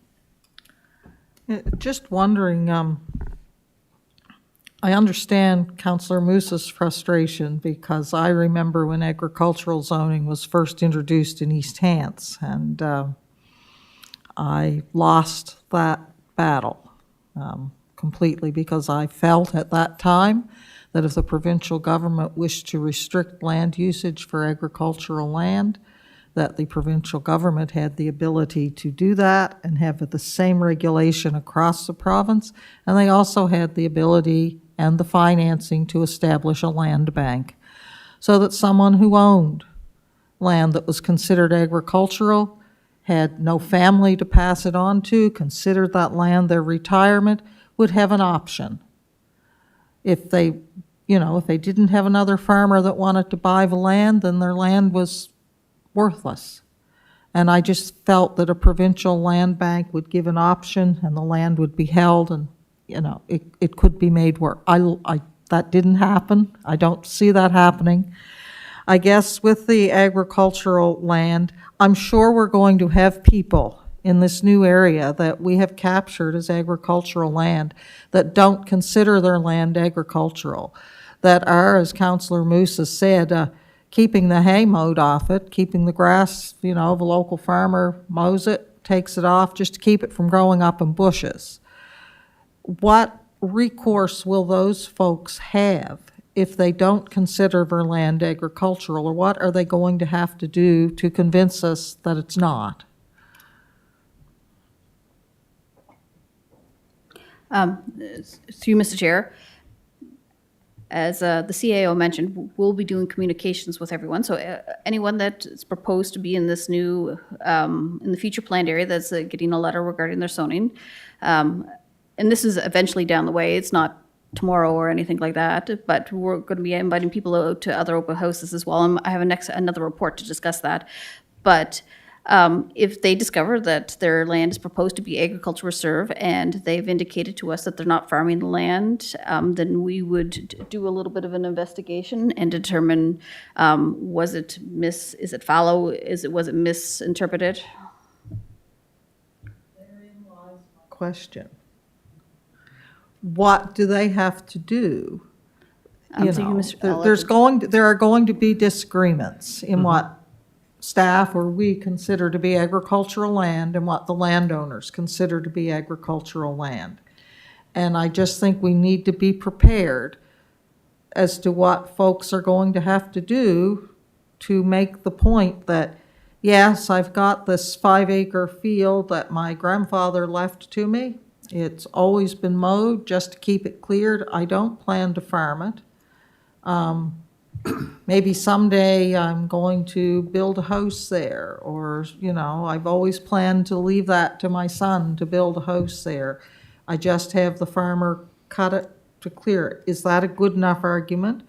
Or is the fact that this citizen has had the local farmer crop the land, for lack of a better word, mow the hay off of it, then does he have no recourse to say it's not agricultural? Through you, Mr. Chair, maybe I'll take a spin at that. So, as Debbie sort of outlined, the way we looked at this agricultural district before we created it, we looked at a number of things. We looked at current use based on what we could see from air photos, mapping, and whether it was being taxed as agricultural land. But what we didn't look at was soils, because that's not a methodology that council wanted us to look at, as you remember from the Class 2 discussion. Having said that, if someone comes forward at one of these meetings or writes to us, says, okay, maybe I'm doing a little bit of hobby, something on the property or whatever, but the intention is to do something else with that land, we would look at, well, is it being taxed for agriculture? How big is the parcel? What's the impact if, a 5-acre parcel disappears versus a 50-acre parcel? But at the end of the day, I mean, we would present that to council, and council gets to decide whether to include that in the AR district or not. So you would have the property owner with their opinion, staff would look at it and then, advise you whether we think it should be included or not, and then ultimately you make a decision. Thank you. Okay. Councilor Musa. Thank you, Mr. Chair. So there's nothing in the provincial map that tells you where the Class 3 soil is. I know along the shore it is. I know there's Mount Uniacke, there's no way. There's all rocks. But if there's in Mount Uniacke, there's people. I know in my district, there's some people, they have hayfield because they work the rocks and they work the clay and they put everything they need to do Councilor it. Musa, we already decided we're not using Class 3 soils as identifying agricultural land. We passed that. Yes. Yeah, okay, but that's my point is, if we know it's not close to Class 3 soil, and it's not in an area where we have Class 3 soil, why we should put it agriculture instead RU2, where you could use it as agriculture too? I think, Councillor, it's because you can do agriculture on other soil types. Different types. You could have pasture land that wouldn't be Class 3 soil. Yeah, but the province asked us to conserve Yes, that's all the clay soil as agriculture. No, the province asked us to protect all agricultural land. That's their mandate. That's our mandate from the province. It's out of our hands, that part of it, Councillor. Like Okay. they said, you need to protect agricultural land. End of story. Thank you. Okay. Is anybody prepared to move the recommended motion? Because we need the last report passed so we can, so staff can prepare to go to the public with the update. Moved by Councillor Tingley. We have a seconder. Seconded by Councillor Hebb. Any discussion on the motion?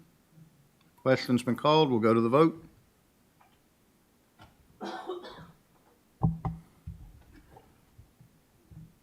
And the motion has passed unanimously.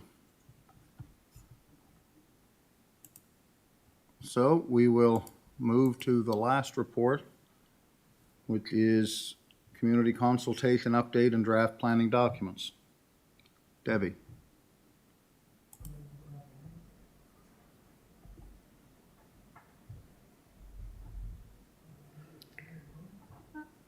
I believe these ones here, item 9, I think is what we want. So we can go to the public. Am I correct? That's what the CAO has told me. Through Mr. Chair, yes, if we want to have meetings in November, yes. Community plan update, community engagement. An initial draft of the East Hansel Fisher Community Plan has been completed. New land use policies and regulations for the future planned area have been prepared in accordance with council direction. And the things we discussed tonight will be added before anything goes out to the public. In addition, updates to the planning documents for the comprehensive planned area have also been recorded in accordance with council direction. The draft version of the plan shows deleted text in red with a strikeout and added text in bold, italicized in green. Black text that is bold and italicized identifies former amendments that were made to the planning document since the adoption of the 2016 plan. So the next step is community engagement. Staff are seeking authorization to arrange for a second set of open houses and public information meetings to tentatively be held in November of 2022. Staff are proposing to hold open houses in 7 East Hants communities: Walton, Knoll, Upper Rawdon, Kennecook, Maitland, Mount Uniacke, and the Corridor.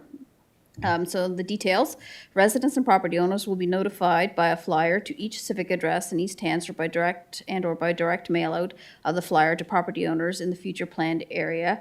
For those residing not in the municipality, the letter will go out.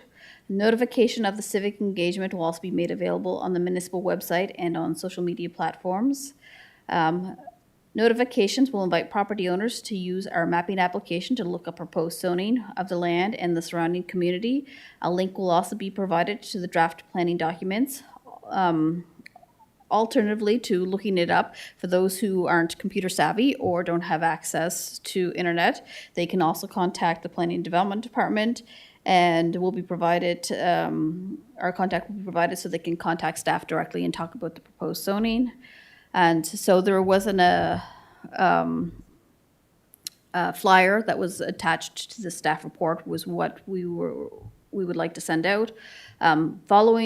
Future engagement. Following the November citizen engagement sessions, staff will provide a summary of the comments to Planning Advisory Committee and propose any necessary amendments to East Hants official community plan as may be required. Once the required updates to the plan are complete, staff will request a first reading of the plan. So this is off into the future, probably somewhere in 2023. Following first reading, staff will begin to organize a public hearing, and another engagement report will follow. And within that, between first reading and the public hearing, that's when we'll send out those individual letters indicating to everybody exactly what their zone is.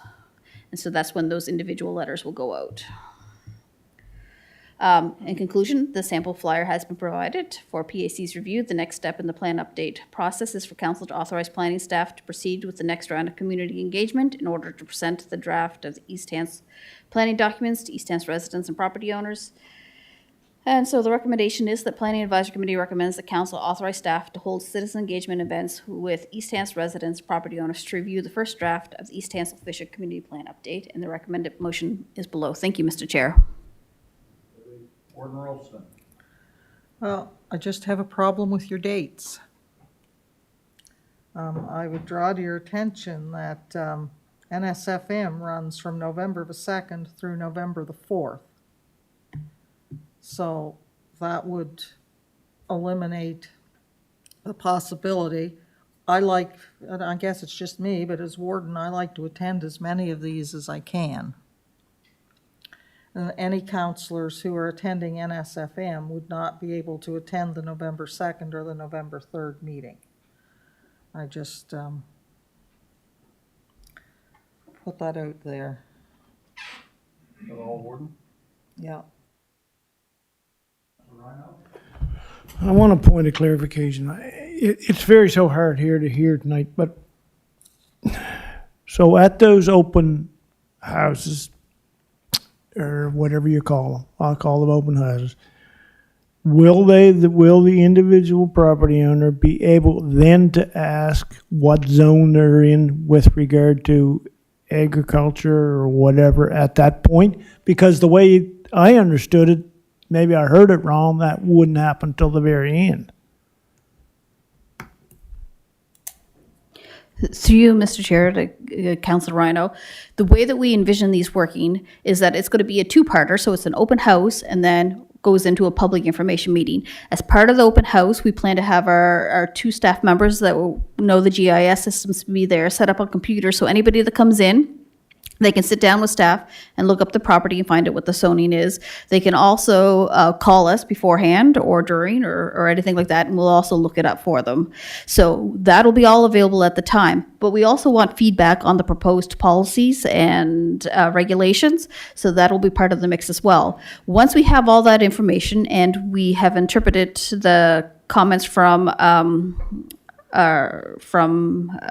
those who attend, we'll update our draft documents, bring it forward to council, of course, and then update our draft documents. And then after first reading is when we'll send out the individualized letters indicating the exact zone and what the regulations are. We just didn't want to send out what the regulations are until they had been absolutely finalized.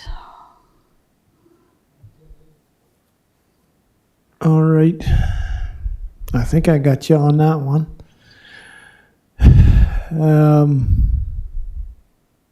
With you're saying once we get feedback, is that feedback going to be in the forms of the public meetings, or is there going to be an opportunity to put for the ones that can attend any public meeting and who have got some information, can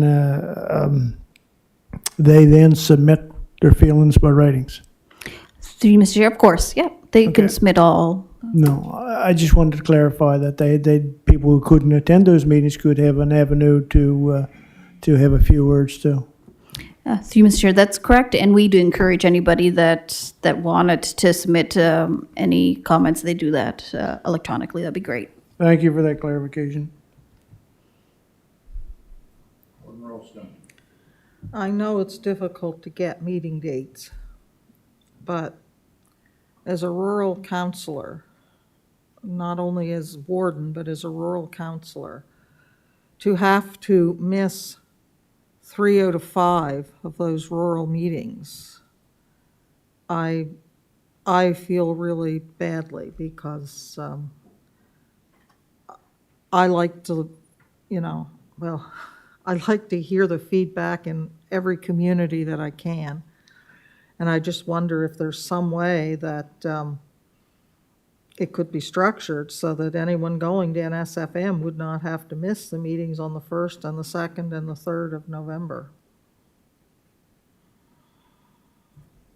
Through you, Mr. Chair, it's extremely hard to book meetings, unfortunately, where everybody's available. And because you have the PAC days, and then you have the extension of PAC, and then council, and then extension of council. So those 2 weeks are pretty much out. So we had to book it at the beginning of a month. And we did book it in August. I thought I had looked at it to make sure there was nothing that I wasn't overlapping with any of the other activities. So I do apologize for that, but we booked the halls back in August just to try to get into those halls as well. Well, I certainly think it's unfortunate that those halls would have been booked without checking council's calendar first.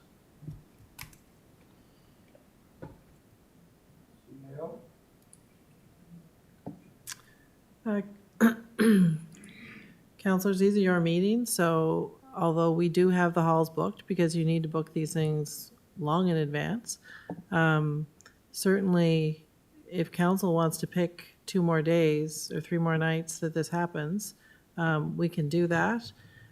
It just may extend the time frame to get your public consultation back, and it may not be able to be sort of all together. So one thing we try to avoid is having public meetings in early December, sort of that everyone's in Christmas mode. But if you wanted to move those 3 meetings to 3 other nights that we can arrange with the halls and make it work, we can certainly do that.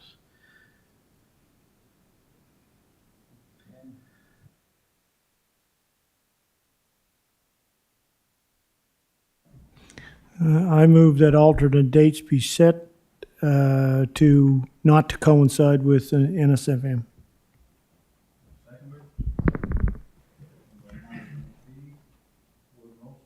Before the motion?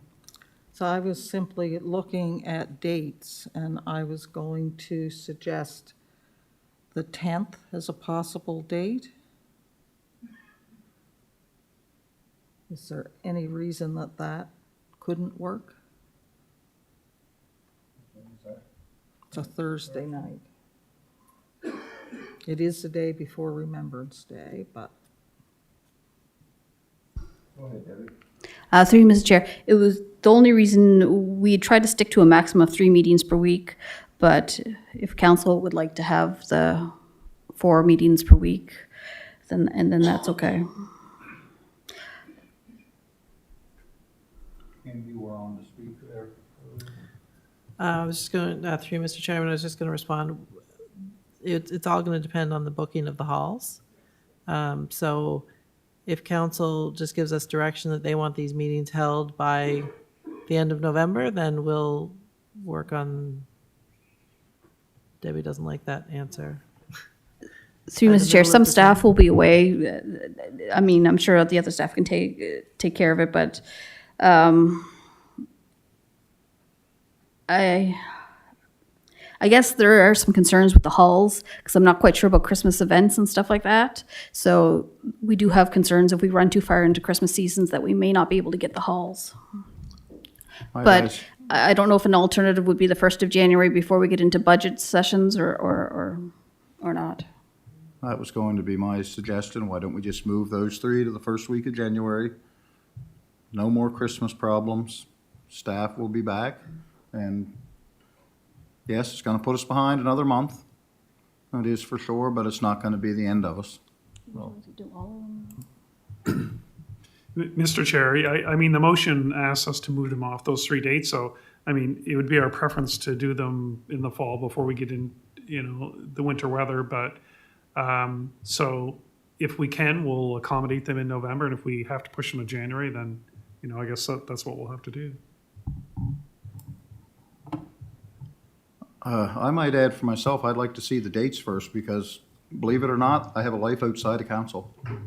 So I do, and other obligations in my community and that, and I would have liked to seen these dates, in August. So, Mr. Chair, I guess, my apology for that. What we can do, I guess, we'll go back, I was going to say tomorrow, but I guess next week, and start looking at available dates for the 3 halls, and maybe by email or just coordinate it through Shirley in terms of reaching out to council. Is that acceptable? Warden Rolston. I was simply going to suggest something similar to what John suggested, that we try and fit them in if we can and move whatever we have. I don't mean to sound unreasonable, but this whole, I understand that this planning and the introduction of land use planning and regulation in the rural area is the day-to-day life of planners and that, and they understand it, but the residents of the rural area don't. And I just really think that it's important to show them that you're not afraid to stand up in front of them, and because we get questions too. And it's just, it would be important to me to try and be there. I guess those are my comments. You got a motion that Chief had made to provide all the dates. Is that enough for you to go back and find them? That's good. Is there any more discussion on the motion? Questions been called, we'll go to the vote.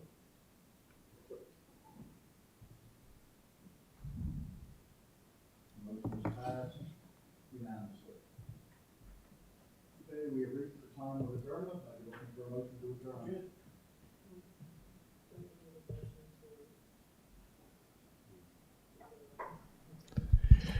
Thank you for providing me this opportunity. Can we get some kind of insurance, or not insurance, but at least somebody that will look at this microphone system? For the last 2 to 3 meetings, it's been increasingly hard to hear everybody. And right now, I'm about 2 inches in front of this mic. And I don't think that, it never was like this. But when you do speak this close, it is this clear. So there's something must be done, or we'd have to go to lapel microphones or something. But it's this past 2 or 3 meetings has just been very, very hard to hear, and we need this corrected because it never was like this. So, and I would imagine I applaud the chair for his being the artful dodger with that microphone tonight. So.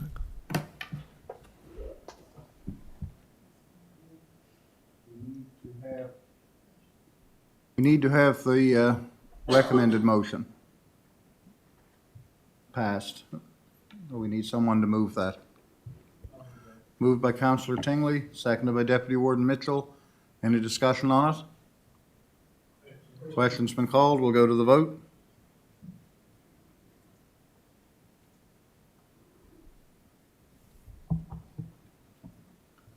And it is passed unanimously. Now I would be looking to entertain a motion to adjourn. Moved by Deputy Warden Mitchell. Have a seconder? seconded by Councillor Hibb. All in favor? We stand adjourned. Now we have to move into regular council for policy. So, Warden, once I get the diagram back up, Warden Rolston.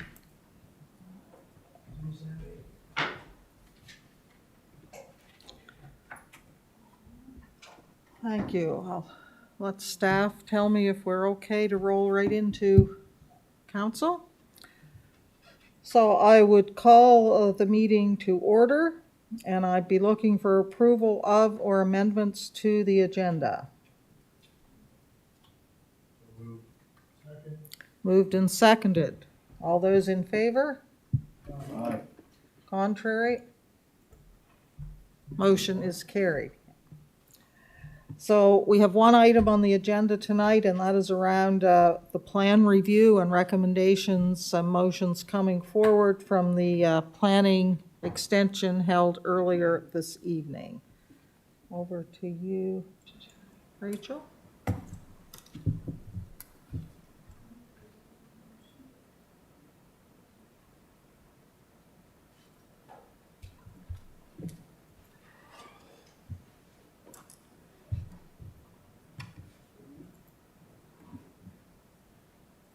Read the motion.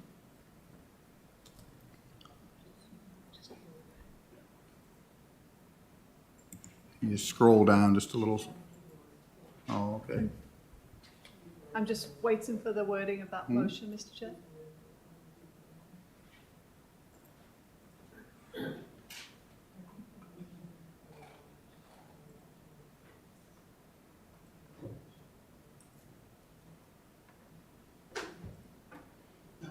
That's it? That's okay? This one here?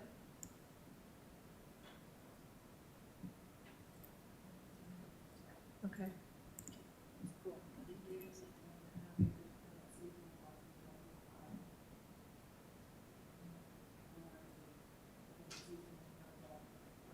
Okay, thank you.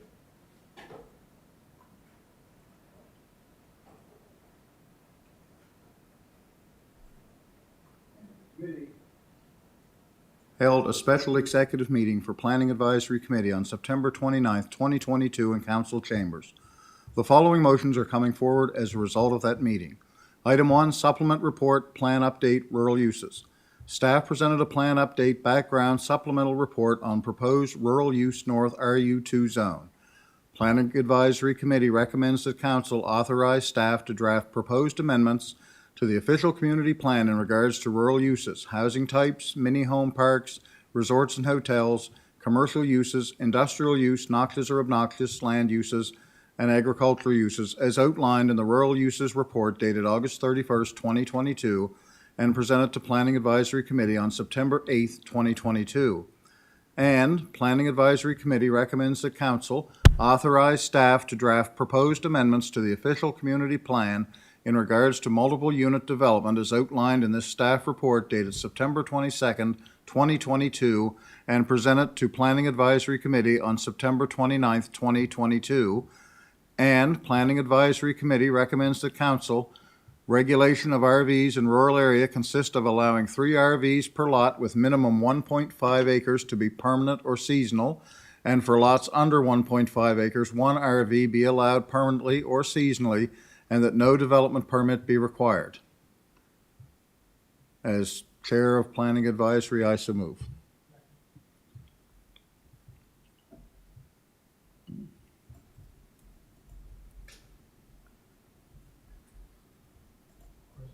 I'm trying to turn the mics on and off here. Sorry, folks.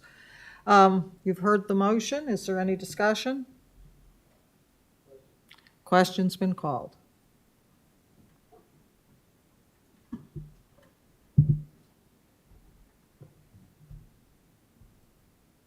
And the motion is passed unanimously. Oh, excuse me, yes, we're missing one.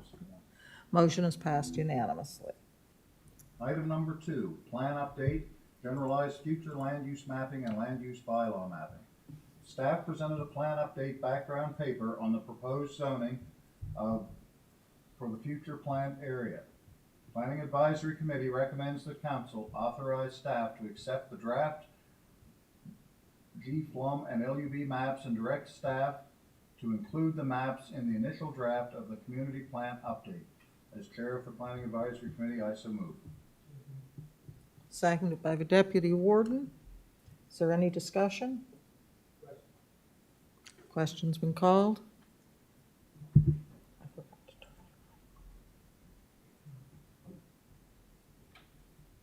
And the motion is passed unanimously. And my apologies, I forgot to turn the chair's mic on. Item 3, plan update, community consultation update, and draft planning documents. Planning staff presented a plan update report on community engagement, including proposed dates for future citizen engagement and a draft copy of the updated official community plan. Planning Advisory Committee recommends that council authorize staff to hold citizen engagement events with East Hants residents and property owners to review the first draft of the East Hants official community plan update. As chair of the committee, I move. As chair of the Planning Advisory Committee, I so move.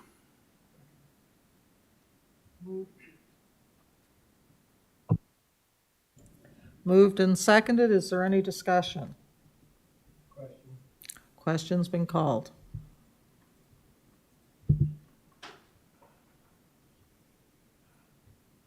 And the motion is passed unanimously. As chair of the committee, I move the adoption of this report. Second. Moved and seconded. All those in favor? Aye.